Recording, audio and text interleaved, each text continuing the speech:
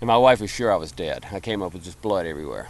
I was lowered into the water, was greeted by a floating body. Our apartment didn't seem safe. It wasn't clear if the building was going to fall down. And I said to myself, if it's broken, you got to go home. Like, you don't have a car, you don't have a hotel room. What are you going to do for another 6 weeks? What they're mostly concerned about is if you crash, that your bike is not going to turn into a fireball. Nature always wins, and it is a great unifier. So it gave me a lot of courage being out in nature, and being afraid of it was not the answer. But you're a girl and you shouldn't be doing these things. It was always very confusing to me because I didn't understand that. I didn't understand that mentality. As a human, you have power. You just have to access that power. If you want something, you got to put the time in to get it. You should be working so that you can live your life, and that's what I try to do.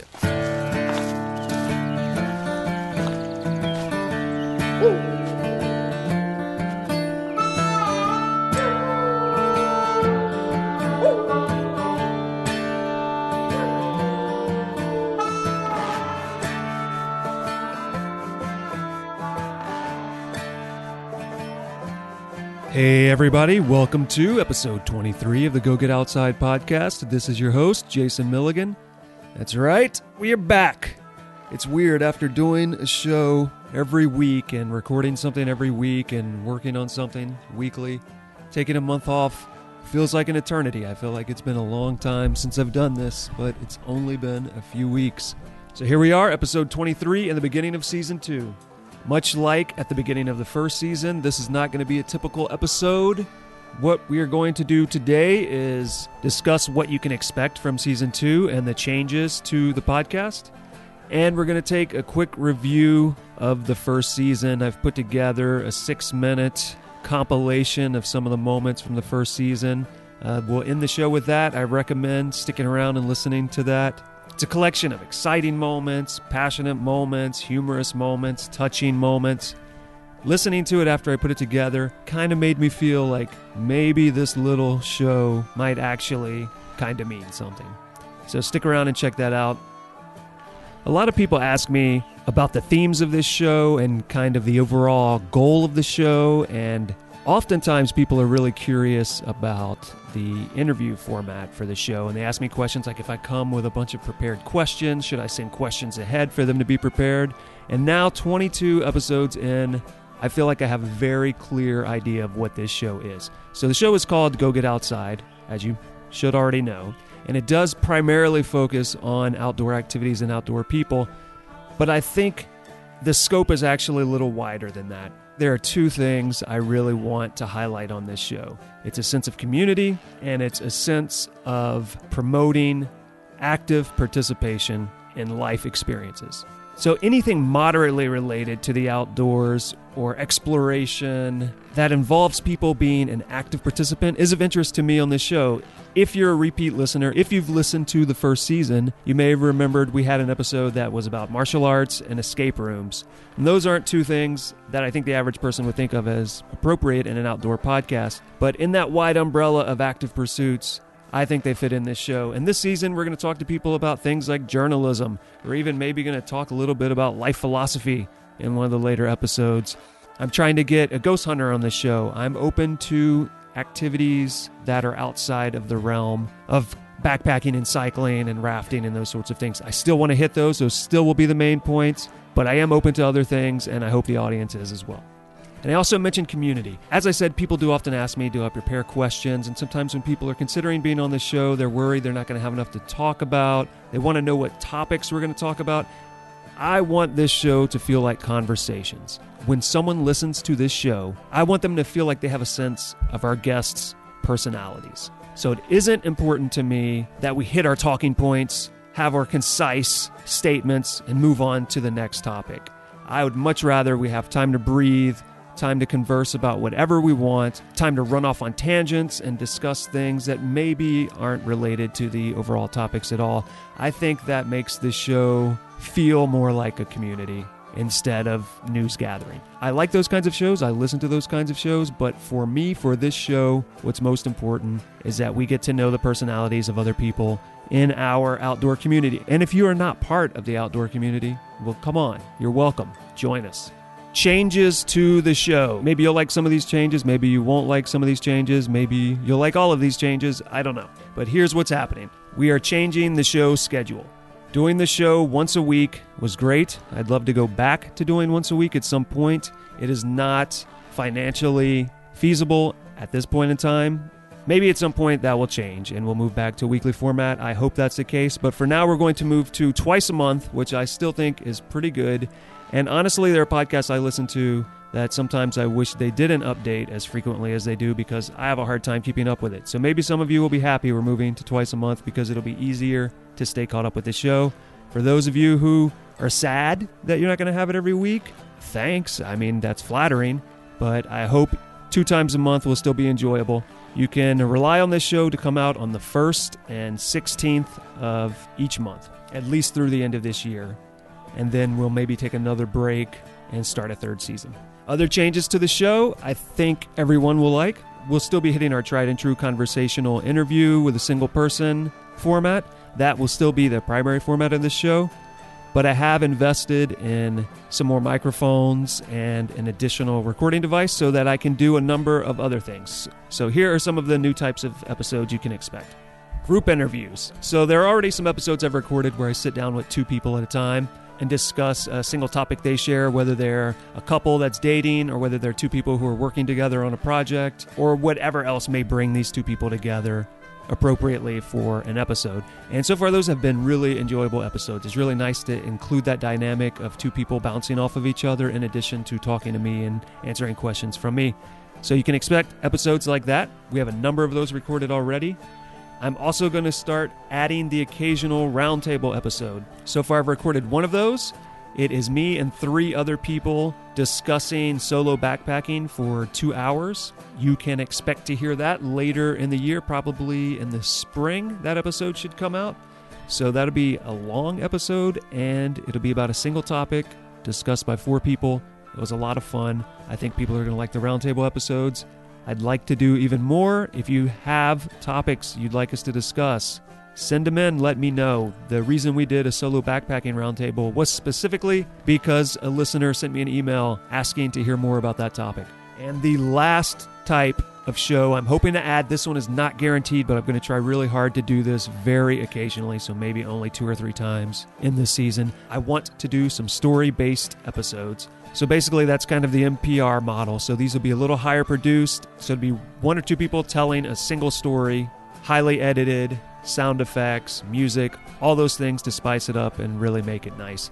Those take a lot more time to put together, so it won't happen frequently, but I do have a few ideas in mind, and I'm hoping to add a few of those throughout this season. So that's what you can expect. Twice a month, regular old interviews we've been doing all along, occasional group interviews, very occasional roundtables, and every once in a while a story episode. We hit a lot of topics in the first season. I want to discuss some of those more, and I want to bring in even more. We didn't spend a whole lot of time talking about things like rafting and kayaking last season. I'm hoping to discuss those more. I'm trying to reach out right now to paragliders, base jumpers, arborists, ballooners, urban explorers, most anything that fits in that wide umbrella I discussed before. So I do hope to add in some of those topics that we haven't covered last season and maybe things people haven't even thought about. If there are any topics you'd like to hear us cover or people we should talk to, let me know. If you are listening to this and you're like, hey, I'm a paraglider, I want to be on the show, send me a message. We'll see if we can't get that worked out. So before we head into the end of this episode, I just want to do some quick updates from our guests that were on season 1. So there were 21 different guests in the first season. If you haven't listened to those, they're still available. You can go to iTunes, Stitcher, wherever. GoGetOutside.com/podcast website. Listen to them directly there if you'd like. Those episodes are all available and will remain available. And here are some updates from some of the folks from the first season.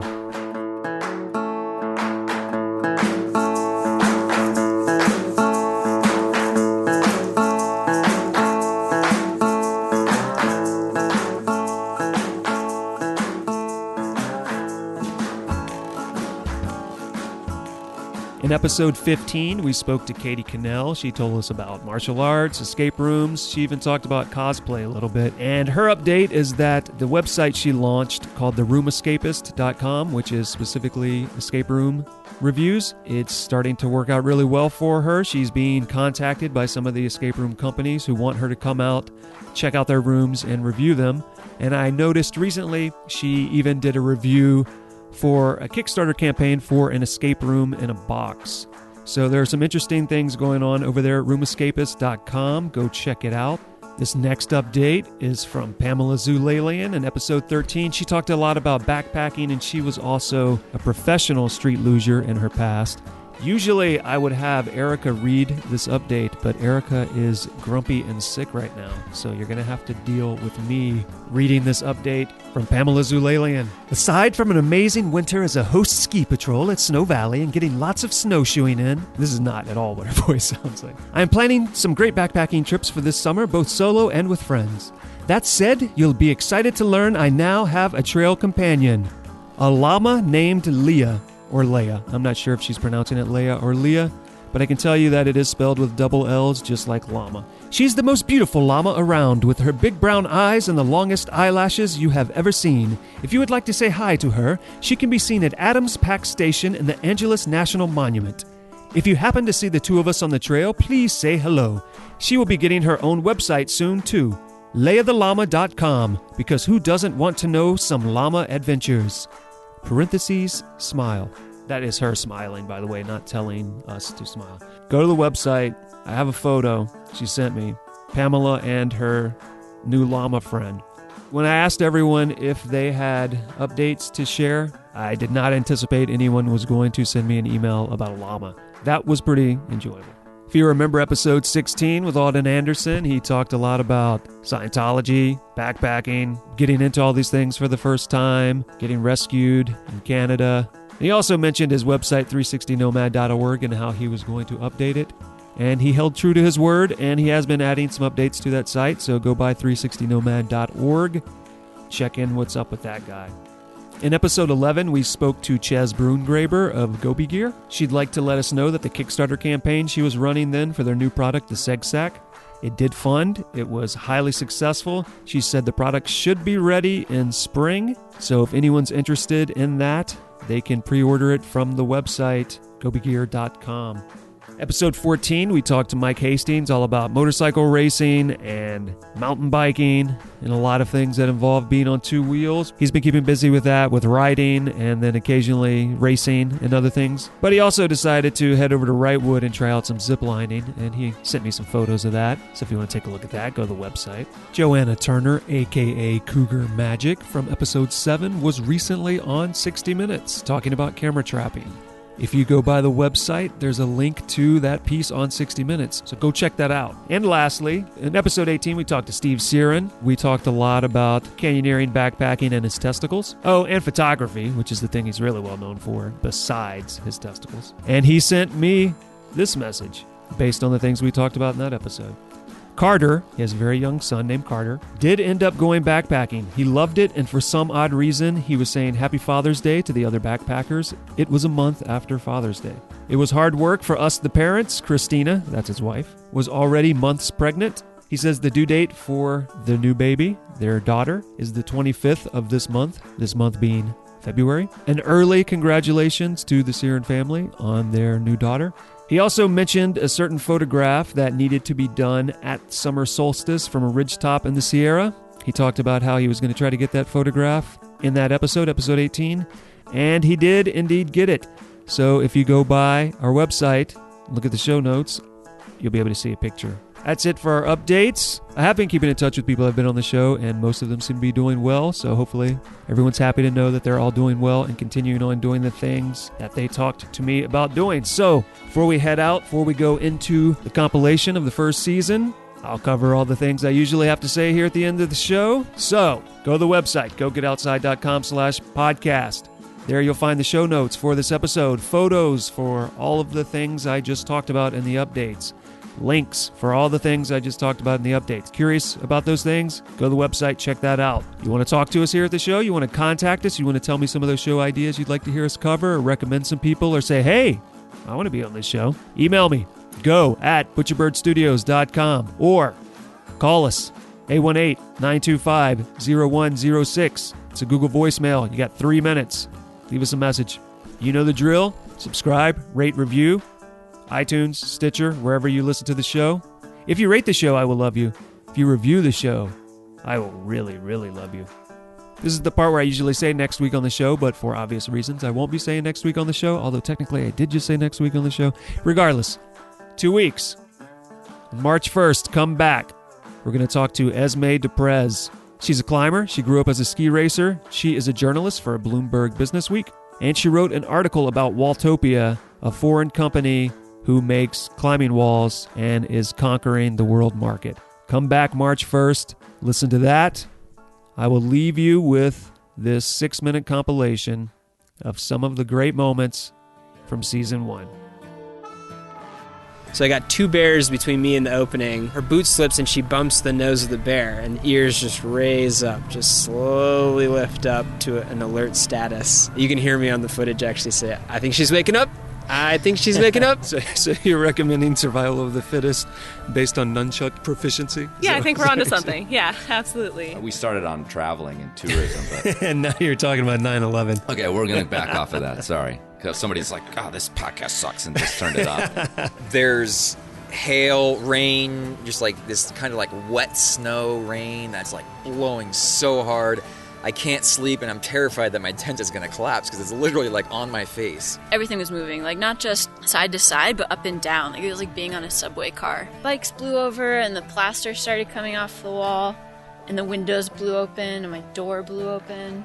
And it was just super loud and really hot. The building got really warm. Like all the inside was heating up from the vibration, like the rebar, and then it stopped. The little chipmunks that are running around, they're so adorable and cute. We call them mini bears because they literally can do the damage of a bear if given the opportunity, even though they're tiny. Started diving and bought a boat, burst my eardrum, and I went to the emergency room, and the guy said, well, for the next 6-8 weeks, you're not going to be in the water. You got to have another sport. I went out that day and bought a motorcycle. I had 6 miles on the bike, and a guy hit us head on and crushed my leg. I go back to the emergency room, the same emergency room doctor the next night. He says, you again. I said, you told me to get a different sport. This is really outside of anything I would do. It's really uncomfortable for me, and maybe this is something I should try. By the end of the drive, it was like 10 o'clock at night. I'm like, okay, I'm going to do 100 peaks.